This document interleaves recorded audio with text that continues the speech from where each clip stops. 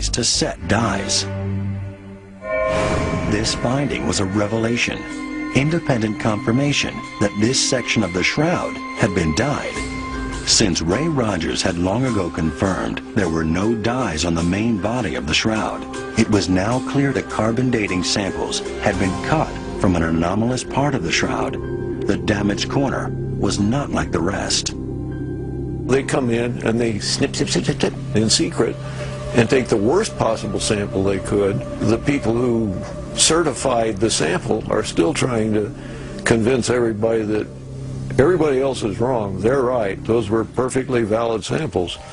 In the last months of his life, Rogers became a strong advocate for another carbon dating. But sadly, he also believed that this was no longer possible.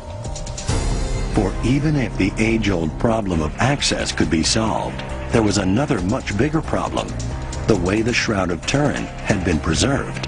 Ray Rogers talked about the fact that the box in which the shroud was kept, the reliquary, was treated with thymol, which is a chemical that kills anything alive, bugs, anything, bacteria. That treatment of thymol could impact future carbon dating of the cloth. According to Rogers, by using a plant-based chemical, thymol, to clean the reliquary, they had inadvertently done permanent damage to the shroud.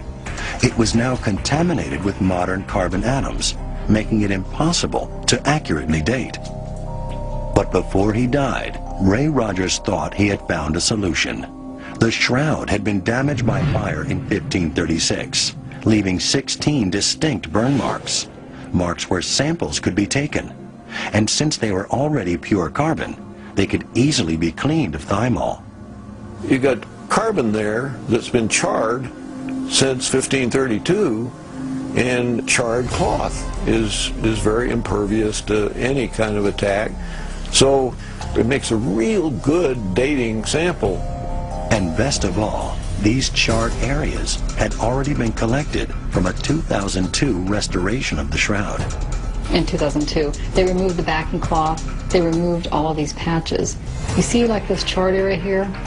She snipped off the charred area from around these burnt holes, and they saved that. That's prime C14 stuff. You could date that. These carbon remnants might hold the key to finally solving the mystery of the Shroud of Turin.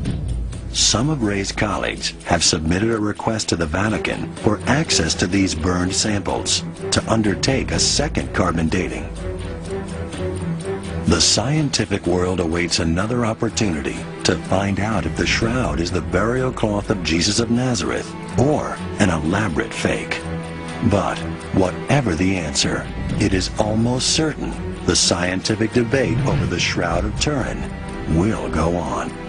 If it isn't old enough to be the shroud of Jesus, then I feel I will have witnessed a miracle, because some medieval guy then will have created something that we can't even duplicate, nor can we fully explain, and I'd like to know how that was done.